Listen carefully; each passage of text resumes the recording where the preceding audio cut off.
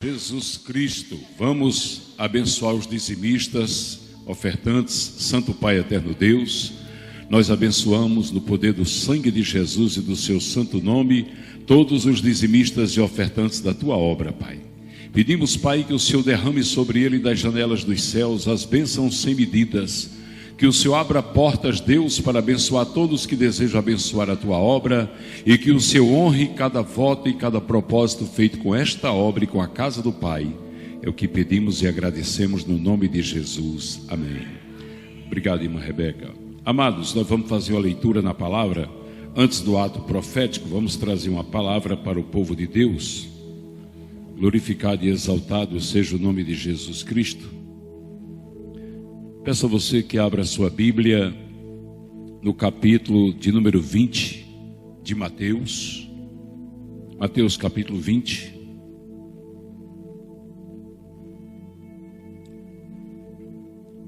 Vamos ler a partir do versículo 21. Eu quero trazer uma palavra de Deus para a sua vida.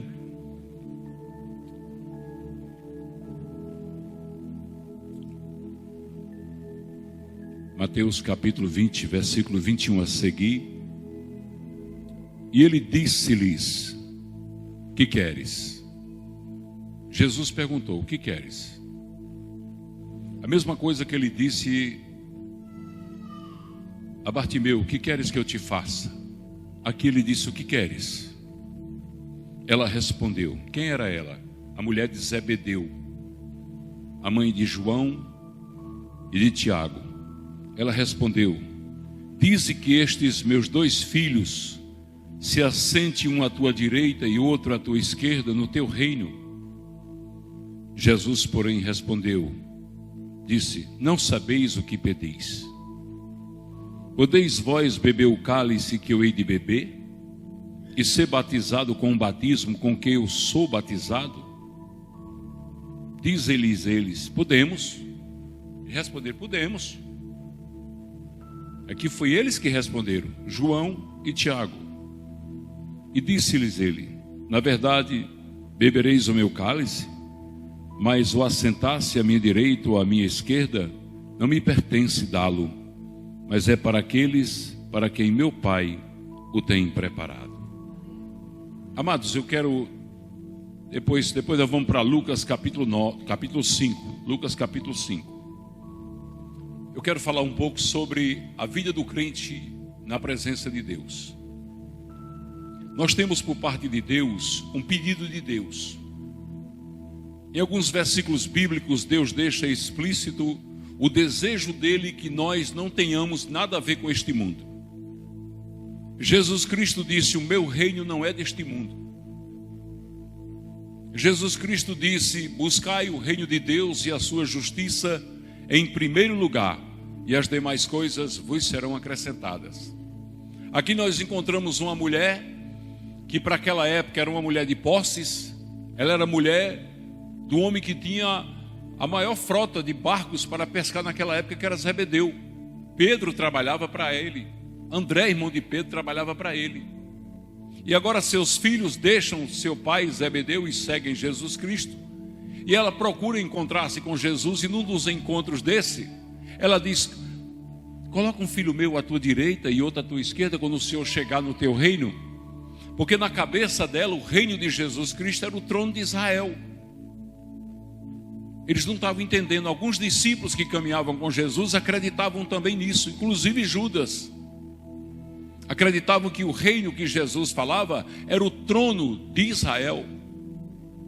E na verdade Jesus estava falando do trono celestial, de algo que é eterno, não é passageiro, não é momentâneo.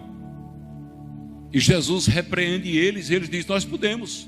Quando ele diz: vocês podem beber o cálice que eu vou beber, ele estava dizendo: vocês podem passar pela cruz, vocês têm sangue puro, imaculado, santo para derramar pelo povo que eu vou derramar? Podemos.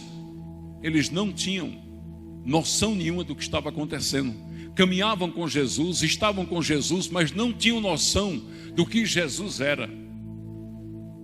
Eles pensavam que Jesus seria o próximo rei de Israel, o homem que iria levantar a nação de Israel para expulsar os romanos que dominavam Israel. E Jesus deixa eles decepcionados, porque ele diz: olha, sentar à minha direita ou à minha esquerda não pertence a mim escolher, mas a meu Pai. Ele estava dizendo: aquele que realmente espiritualmente fizer por merecer, através dos seus atos e ações, é que vai sentar à minha direita ou à minha esquerda. Porque há um convite de Deus para nós sentarmos na mesa do rei. E Jesus fala aqui em Lucas capítulo 5. Vamos abrir Lucas capítulo 5, uma passagem maravilhosa. Vamos ler Lucas capítulo 5 a partir do versículo 1 para a gente entender essa mensagem. E aconteceu que, apertando a multidão para ouvir a palavra de Deus, estava ele junto ao lago de Genezaré. Esse lago de Genezaré, irmão, é o mesmo mar da Galileia. É porque ele tem 3 nomes. E viu estar 2 barcos junto à praia do lago. E os pescadores, havendo descido deles, estavam lavando as redes.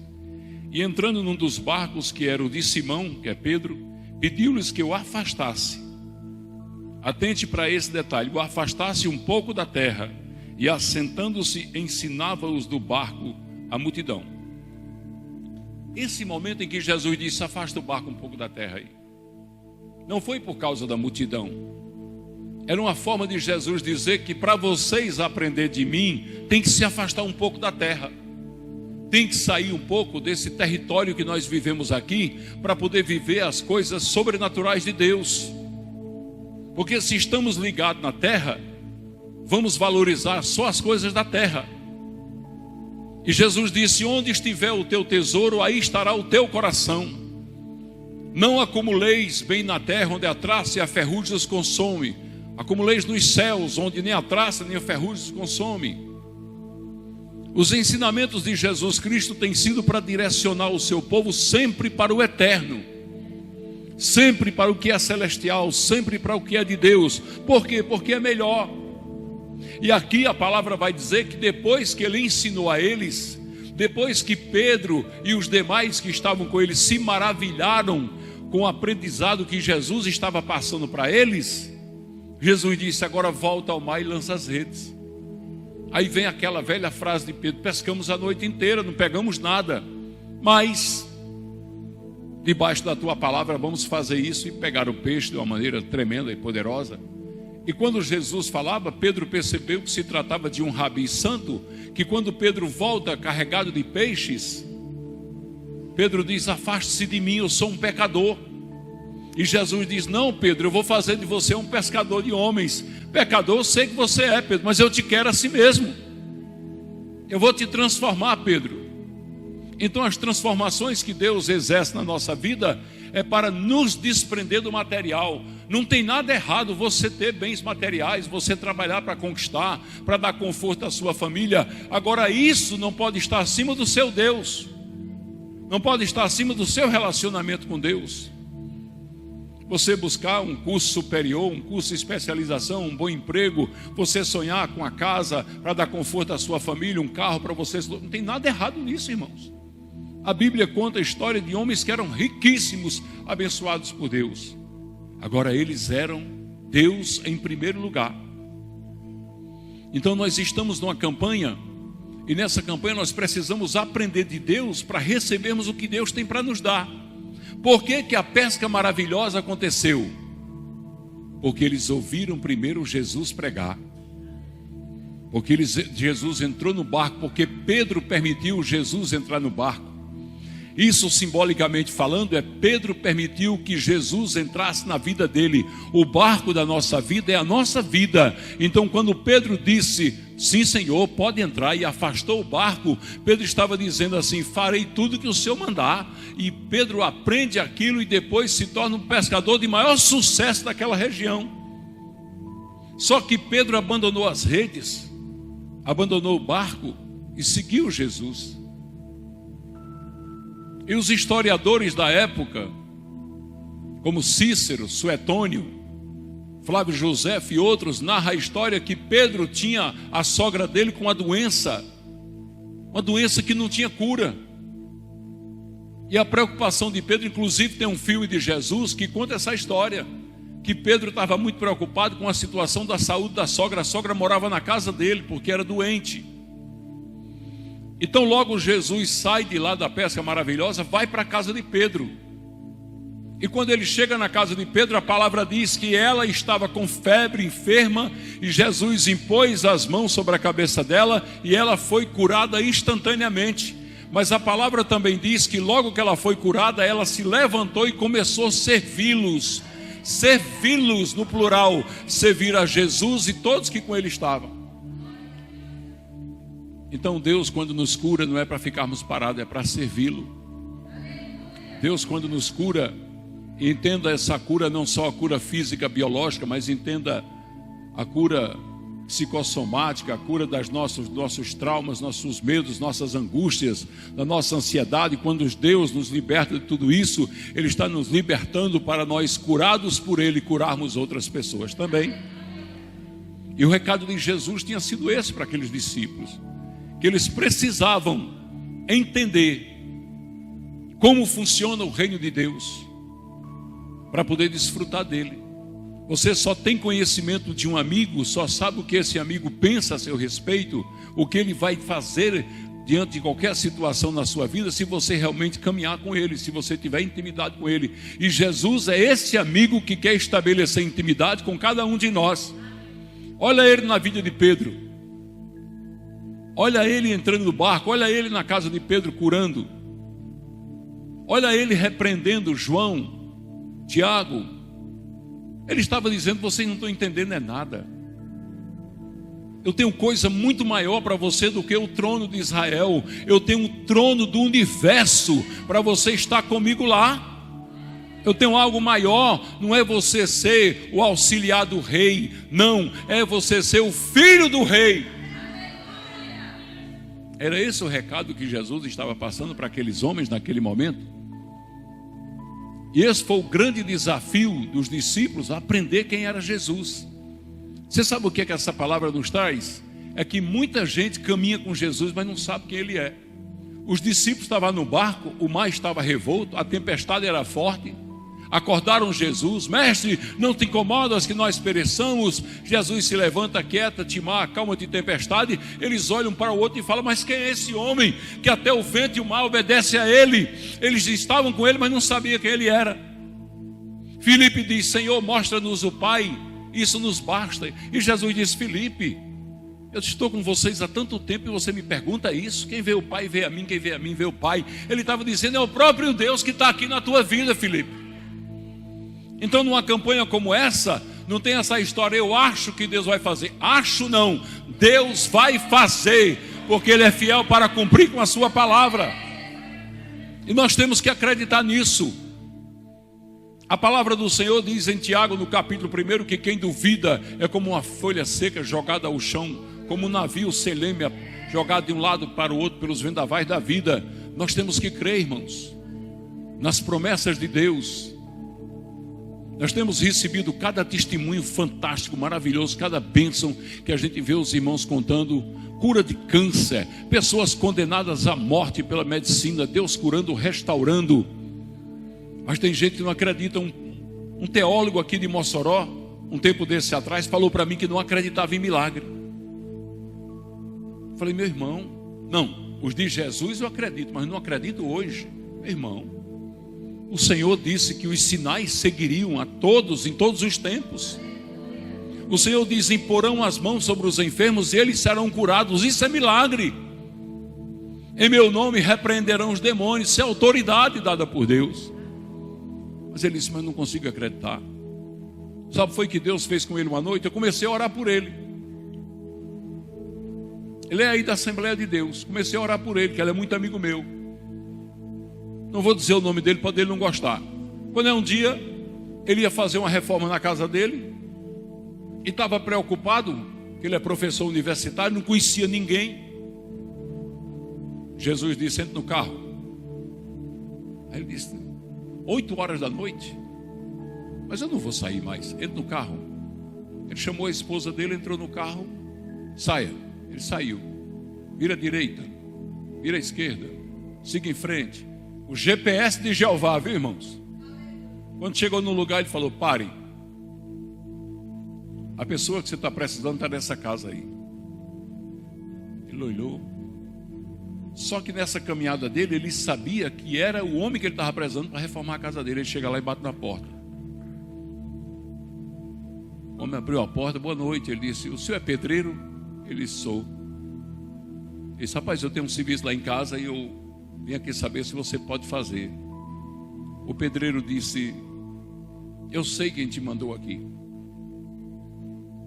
Ele disse: como assim? Quem mandou você aqui foi Jesus. Porque eu estou hoje aqui em casa e não tenho nada para comer. Eu estava orando, pedindo a Deus que mandasse um serviço para mim alimentar minha família. Entrou no carro, foi lá, olhou o serviço dele, pegou o serviço, já pegou um pouco de dinheiro, foi fazer a feira, ele cuidou de tudo. Ele mesmo foi com o pedreiro do mercado. E ele chorava ali no estacionamento do Rebouça, dizendo: Deus, como é que eu não acredito em milagre se o Senhor faz um negócio como esse? O que é um milagre para o Senhor fazer? Essas coisas que Deus faz, irmãos, que só vive o sobrenatural quem acredita. Por que que Pedro viu o sobrenatural da pesca maravilhosa? Porque Pedro afastou o barco, desligou-se da terra, saiu do campo da incredulidade e foi para o campo da fé, para viver aquele milagre na vida dele. Todos viram o milagre na vida dele. E o mais importante dessa pesca maravilhosa é que a palavra vai dizer que Pedro chamou todos os pescadores que estavam ali para vir pegar os peixes, porque era peixe demais. Então o milagre que Deus vai fazer em nossas vidas não é só para nós, não, é para todos. Todos que estiverem perto da gente serão abençoados, porque Deus faz tudo de forma abundante. Amém? Vamos fazer o ato profético. Os irmãos que trouxerem pedidos em papel, se quiserem colocar aqui no vaso do azeite aqui, mas eles vão colocar os papéis aqui, amor. Pronto. Pode vir trazer, irmãos. Traga o que você tiver para apresentar a Deus. O que você tiver para colocar diante de Deus. A Regicleide não está aqui não, né?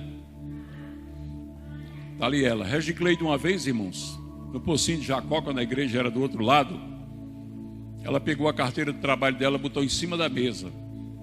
A mesinha, tipo esse púlpitozinho aqui que a gente fazia. Botou a carteirinha de trabalho dela lá. E eu cheguei para apresentar o Pocinho e não sabia que a carteira era dela não. E ela estava sentada logo na frente assim. E eu botei a mão em cima da carteira e falei: Jesus, não assina essa carteira não, Jesus. Pai, eu repreendo o emprego na vida da pessoa dona dessa carteira. E ela com as mãos na cabeça lá: meu Deus, pastor, não faz isso não, pelo amor de Deus. E a oração deu certo. Até hoje ela não arranjou emprego ainda. Mas Deus deu um ministério bonito a ela. Glória a Deus. Está vendo aí? Se você tivesse arrumado emprego, não tinha esse ministério. Está vendo como é que Deus faz? Foi assim ou não foi, Regicleide? Isso, bota aí. Isso. Tudo bem, vai lá.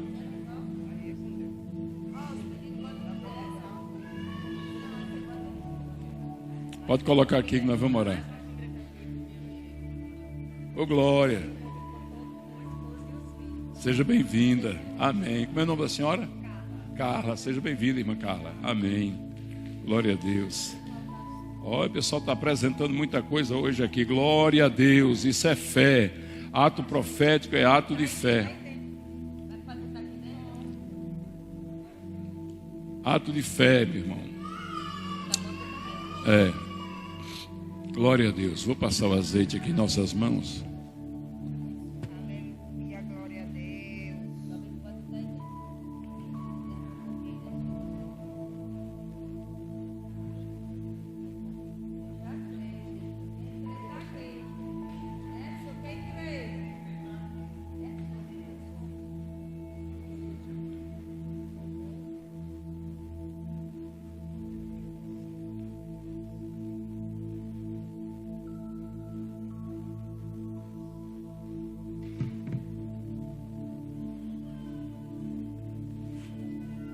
Aleluias.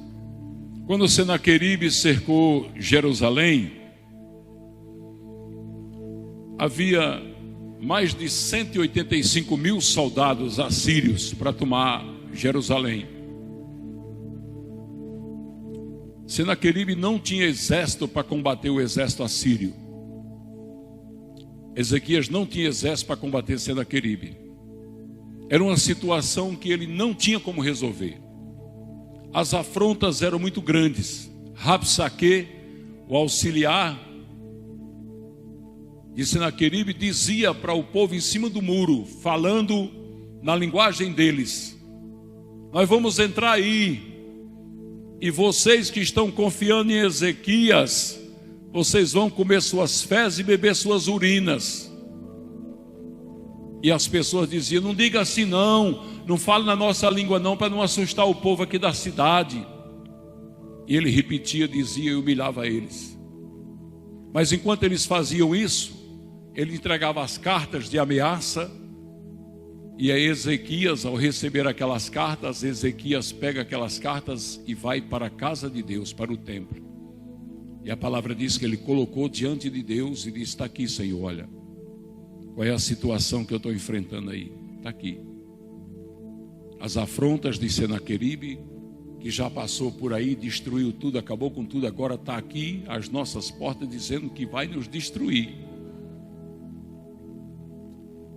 E a resposta de Deus para ele foi: ele não vai lançar, mandou o profeta Isaías dizer para ele: ele não vai lançar sobre Jerusalém nenhuma flecha, porque eu não deixo. Ele vai voltar e ainda vai ser morto na sua terra. E naquela noite, um anjo do Senhor matou 185 mil soldados assírios.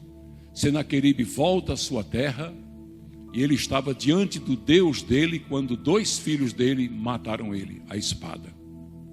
Deus fez questão de matar ele na frente do Deus dele, para mostrar: o seu Deus é Deus que tem boca, mas não fala, tem pés, mas não anda, tem mãos, mas não apalpa, tem boca, mas não fala. Agora eu sou o Deus vivo de Israel. E é a esse Deus que agora nós vamos, neste ato profético, fazer esta oração. Peço à igreja que estenda as mãos para cá.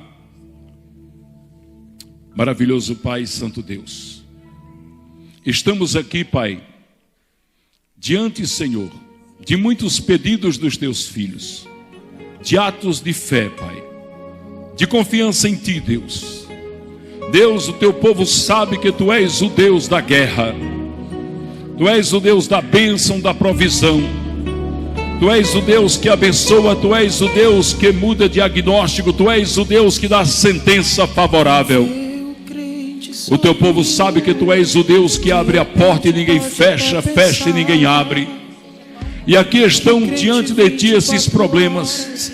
Como Ezequias colocou a situação diante do Teu altar, nós estamos aqui na Tua casa colocando diante do Teu altar a situação de cada um dos irmãos e irmãs que vieram aqui, Senhor, neste ato profético, dizendo em seus corações: eu creio, Senhor, eu creio, Pai, que o Senhor pode mudar, eu creio que o Senhor pode resolver, eu creio que Tu és o Deus que abençoa, Senhor, eu creio que Tu és o Deus que se agrada da fé. E nós estamos aqui, Pai, tocando todas as coisas que estão aqui, com as nossas mãos ungidas deste azeite, que é símbolo do Teu sangue e do Teu Santo Espírito, pedindo, Pai querido, Deus amado, que cada desejo do coração dos Teus filhos e filhas seja atendido, para a glória do Teu santo nome. Deus, nos dá esses testemunhos, para que o Teu nome seja glorificado e exaltado neste lugar. Oh Pai querido, Deus amado, nós acreditamos que este ato profético vai trazer muitos testemunhos para a glória do Teu nome, mas na ousadia do Espírito Santo, no poder do nome de Jesus Cristo e do Seu sangue, eu peço, Deus, que o Senhor haja com urgência, para que Seus filhos e filhas saibam que foi o Senhor que fez. Foi o Senhor que abençoou. Foi o Senhor que determinou. É o Senhor que vai mudar corações. É o Senhor que vai libertar. É o Senhor que vai jogar por terra todo levante contra teus filhos e filhas. É o Senhor que determina a bênção neste lugar, Deus. E nós tomamos posse da tua palavra que diz que aqueles que te amam, que creem em ti, as bênçãos correrão atrás deles, Pai. Abençoa, Deus, a tua igreja. Abençoa, Pai querido, este ato profético. Enche o coração dos teus filhos e filhas de alegria. Que os corações sejam cheios do teu Santo Espírito, cheios de alegria, Deus, porque o Senhor vai fazer milagres e maravilhas neste ato profético, Pai. Obrigado, Senhor. A tua palavra santa diz que o Senhor nos deu Jesus Cristo quando nós éramos pecadores. Não nos dará muito mais estando nós com eles. E nós tomamos posse porque nós estamos com Ele. Nós estamos com Jesus. Jesus é o nosso Senhor e Salvador. O Senhor é o nosso Deus. E nós já queremos, na ousadia do Espírito Santo, agradecer antecipadamente pelos milagres, pelo mover dos céus na vida de cada irmão e cada irmã que está conosco neste ato profético, aqui na igreja e nas suas casas, nos acompanhando pela internet. Abençoa, Deus, este ato profético e torna realidade o desejo e o sonho do coração de cada um dos teus filhos. É o que pedimos no nome de Jesus Cristo. Amém. Não venha ninguém agora não. Vamos dar o nosso grito de guerra. Depois vocês vêm pegar, tá bom? Pegue na mão de quem está do seu lado, se você puder pegar. Pega aí. Somos mais que vencedores. Nós somos mais que vencedores. Nós vamos continuar vencendo pelo sangue de Jesus. Queridos, que a graça de Deus, o imenso amor de Jesus Cristo, as maravilhas do Santo Espírito seja sobre a sua igreja, hoje e sempre. E a igreja que vai receber o ato profético diz amém. Palmas para Jesus, o Rei da Glória. Agora, olhe, quem receber a bênção, porque todos vão receber, venha agradecer, venha testemunhar, venha glorificar o nome de Deus. Pessoal do YouTube, Deus abençoe vocês. Vai se cumprir o que você tem desejado no seu coração. Amém. Amanhã tem um encontro das mulheres às 6 da tarde. Deus abençoe a todos em nome de Jesus.